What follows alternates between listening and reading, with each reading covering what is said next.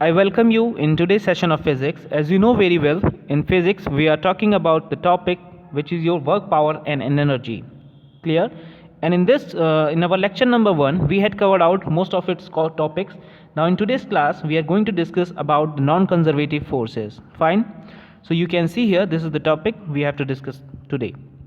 A force is said to be non-conservative. I already told you in lecture number 1 about the conservative forces. Clear? So in this class we will discuss about non-conservative forces. So a force is said to be non-conservative if the work done by the force or against the force in moving a body from one position to another depend upon the path followed between the two positions. Clear? For example, you can see here friction forces are non-conservative forces. Fine? So if a body moves from point A to a point B on a rough surface, then the work done against the frictional force will depend upon the path followed. In conservative forces, I told you that it is independent of the path, but here the non-conservative forces is depends over the path. Clear? So longer is the path between A and B, greater will be the work done. So further, if the body is brought back to A, again the work is done against the friction force, because frictional force always opposes the motion of the body, you know it very well. Thus the net work done against frictional forces in moving a body through one complete round trip is not zero, because there is a friction force over there. Fine. Another example of the non-conservative forces is induction force, which is acting on an electron in a betatron. After each round trip, the electron returns with more kinetic energy than it had initially. Fine? I hope you understand it. Now come to the what is energy. We are going to discuss about energy. So energy of a body is defined as its capacity of doing work, is called its energy. Like work, energy is also a scalar quantity. The dimension of energy are the same as that of the work, which is your ml2 t minus 2. Clear? This is the dimension of energy. It is measured in the same unit as work, which is the joule, and SI is in erg. Clear? So these are the units of energy. Now the question is, how is energy different from power? So you can see here, energy is different from power. Energy refers to the total amount of work that a body can do. Fine, whatever be the time duration in which the work is done. On the other hand, the power of a body is the body's rate of doing work. That is depend upon the time in which the work is done. Energy has various forms such as mechanical energy, heat energy, light energy, and magnetic energy, sound energy, etc. So here we are studying only mechanical energy, that is two forms, kinetic energy and potential energy. Fine. So first we talk about what is kinetic energy. You can see here the kinetic energy of a moving body is measured by the amount of work which has been done in bringing the body from rest position to the present position, or you can say that from rest position to the motion position. So or which the body can do in going from its present position to the rest position. So let us suppose a body of mass is small m with the rest position. So when we apply a constant force F over the body, it starts moving under an acceleration. So if A with acceleration, then the Newton's second law, you know it very well, F is equals to ma. Clear? So from here we can write it, acceleration is equals to F by m. You can see here, this is the relation. Clear? Now let us suppose the body acquires a velocity small v in moving a distance small s. So according to the equation, this is equation of motion, third equation of motion, which is your v square is equals to u square plus 2as. Here we are supposing that initial velocity is considered out to be 0 since the body initially at rest. Clear? So what the relations comes out to be v square is equals to 2as, or you can write in place of a, here you can see that from a is equals to f by m. We can put here this value. So finally, after solving out, you can see there the force into displacement is equals to the half mv square. Clear? And you also know very well that work is equals to force by multiplied by displacement. So in place of F into S, we write here K is equals to W half mv square. So this change out to be, because this work is stored in the form of kinetic energy. So in place of W, we write it K. So K is equals to half mv square. Clear? So how can we define it? We can say that here is the definition. You can see here, this is the whole definition. The kinetic energy of a moving body is equal to half the product of the mass m of the body and the square of its speed. So in normal, in the formula you can see there V occurs is the second power. So we can say that the speed is the larger effect compared to its mass on the kinetic energy, because in this reason that the bullet fired from a gun injures seriously in spite of its very small mass. I hope you understand it. Now I am skipping this alternative method and come to the what is work energy theorem. This is the most important topic of this chapter, so kindly pay attention students over this topic. According to this theorem, the amount of work done by a force in displacing a body is equal to the change of product in kinetic energy of the body. Clear? So if you can, here you can see that if delta K is the change produced in the kinetic energy of the body due to the work done W, then according to the work energy theorem you can write it work is equals to change in its kinetic energy. Now this is the proof for the work energy theorem. You know it very well. If there is a small work done, then we can write it like dW, and work done is equals to, so because the work done is small, so the displacement is also small, so we can write it like force multiplied by ds. Fine. If we take the component, horizontal component of the work done, so here the equations you can see that f ds, because cos 0 is considered to be 1. Now same thing, if you know it very well from the Newton's second law, F is equals to ma, so in place of a you can also write dv by dt, means change in velocity with respect to the time. Clear? So we put the value of f in equation number here, so you can see that dw is equals to m times dv by dt multiplied by ds. If we separate out dv and change the relation to ds by dt, so you know very well the displacement upon time is its your velocity. So you get here equation 1 as mv multiplied by dv. Now you know very well the total work done is increasing the velocity, which is from u to v, means u is the initial velocity and v its final velocity. So the work done is u to v mv dv. Clear? Because mass is the constant term, so we taken out from the integration and integrate the velocity up to limit u to v. So after integration you can see here there is a change relation comes out to be the change in the velocity, which is half mv square minus half mu square. You can say that this is the final kinetic energy and the initial kinetic energy, which is a change in kinetic energy, and the relations finally set up to W equals to delta K. I hope you understand it. Now you can see here what is the relation between the kinetic energy and momentum. Clear? So let a body of mass small m is moving with a speed v. Then its linear momentum, you know it very well, P is equals to mv. You are familiar with the kinetic energy too. So if we squaring equation first and divide by the equation 2, you will get here P square by K is equals to 2m. Or you can also write this formula like P is equals to under root 2mk. Fine.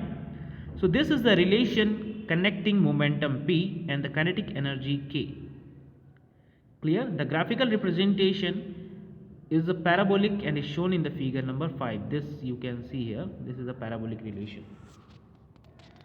Now come to the another energy, which is your potential energy. You are also familiar with the potential energy. What is potential energy? The energy which is stored in the body due to its position is called its potential energy. So this is the definition of potential energy. Clear? So I told you once again, bodies can do work by virtue of their position or state of strain. The energy in a body due to its position or strain is called its potential energy of the body. For example, the water at the top of a waterfall can rotate a turbine when falling on it.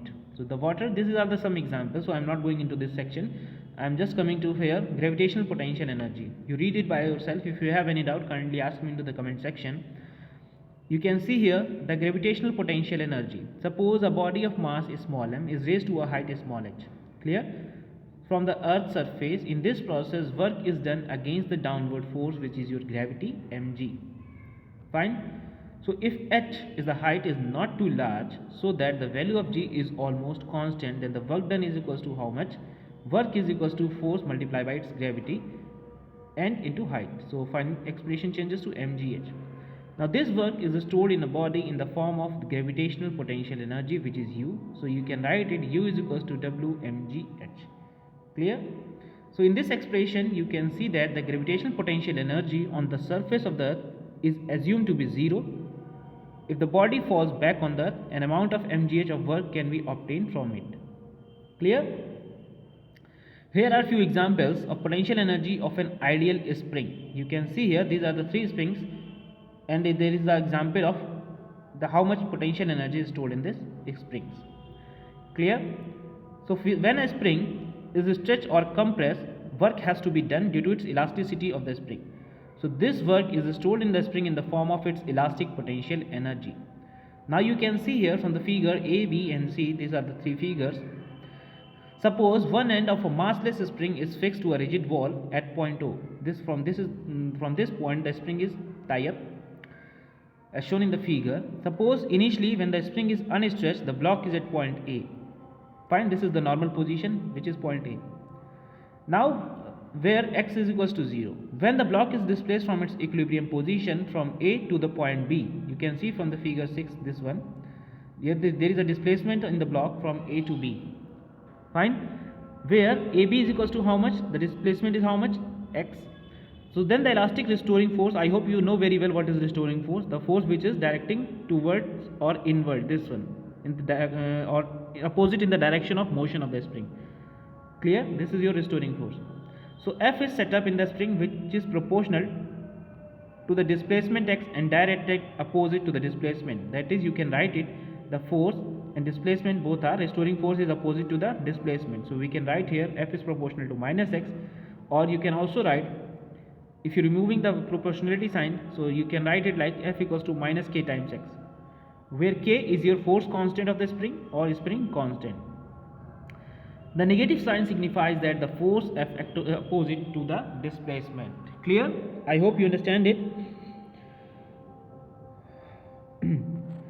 Thus, you can see here, to stretch the spring through a distance small x, we must exert a force that is F dash equal and opposite to the restoring force F. That is, F dash is equals to minus of F of kx. Now suppose the block is displaced further from B through an infinitesimally small distance dx. The work done in stretching the spring through dx by applied force F dash is equals to dw is equals to F dash dx, that is kx dx. Clear? The variable force F dash being taken constant over the infinitesimally small distance dx, therefore the total work in stretching the spring through the distance is w is equals to integration of dw, or you can integrate it through the limit of 0 to x, which is your kx dx, and finally if you solve out, you can see here you will get the work half k times of x square. Now this work is stored in the spring in the form of elastic potential energy of the stretch spring. Thus you can see this relation u is equals to half k times of x square. So this is the potential energy of the stretch spring. The same would be the potential energy if the spring were compressed to the same distance in the figure C, you can see here from this figure. Clear? So I hope you understand. Now I am coming to the here conservative force as negative gradient or potential energy. This is the optional, so I am going to skip this. Now we talk about the principle of conservation of energy. This is the important topic, principle of conservation of energy. So according to this principle, energy can neither be created nor can be destroyed, but can only be converted from one form to another. That is, the total amount of energy of the universe remaining constant. In other words, whenever energy disappears in one form, an equal amount of energy appears in some other form. So no violation of this principle yet has been observed. Clear? Here you can see there are the few formulas or examples of the energy of conservation given here. So first one is free fall of a body under gravity. Let us consider the conservation of the mechanical, that is your kinetic and potential energy during the free fall under the gravity. So suppose a body of mass small m held at point A at height small h, which is above the ground, is allowed to freely fall under gravity. You can see from this figure number 8. So what happening here, in the beginning of the body is at rest at A, so that the kinetic energy is 0. Clear? Now it has only which energy? Potential energy, which is your mgh, where g is the acceleration due to gravity. So we can write here the total energy at point A is how much? Kinetic plus potential, but the kinetic is 0, so finally you will get here mgh. Now suppose during free fall when the body is passing through the point B, which is at a distance small x vertical below A, and its velocity is v. So from the third equation of motion you can see here u square plus 2gx 0. So the relation is 2gx. And v, so kinetic energy is half mv square, and in place of v square you can write this value 2gx. So you get the kinetic energy at point B equals to mgx. The potential energy of the body at the point B is mgh minus x, because the body comes out to be how much distance? X distance below.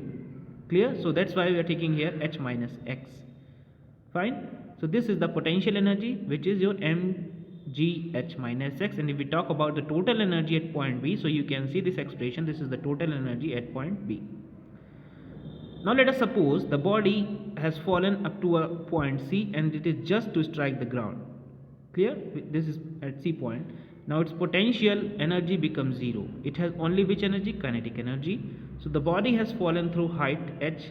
If v dash be the velocity of the body at C, then you can write this formula v square equals to u square plus 2gh. But you know very well u is equals to 0, which is your initial velocity. So v dash square is equals to 2gh. Therefore the kinetic energy of the body, you can write it like this at point C. Clear? And if you talk about the total energy, then it comes out to be mgh. Fine. So there you can see that there is a graph between the kinetic energy and potential energy. Mechanical energy of a freely falling body remains constant at all positions. As the bodies fall, its potential energy decreases, but at the same time kinetic energy increases by an equal amount. By the law of conservation of energy, the variation of kinetic and potential energy is represented graphically by dotted lines. You can see here, this is the dotted lines. While the constancy of the total mechanical energy is at mgh is shown by the thick line. You can see here, this is the constancy shown. So in the above discussion, the loss of energy due to the air resistance has been ignored. In fact, due to the air resistance, the kinetic energy of the falling body is partially converted into the heat energy, but the total energy, that is your mechanical and heat, remains constant. Clear? I hope you understand it very well. So from this I am just till this point, and we will discuss remaining topics, which is your different forms of energy, in our lecture number 3. Clear? Till that, stay study. Thank you class. Thank you very much.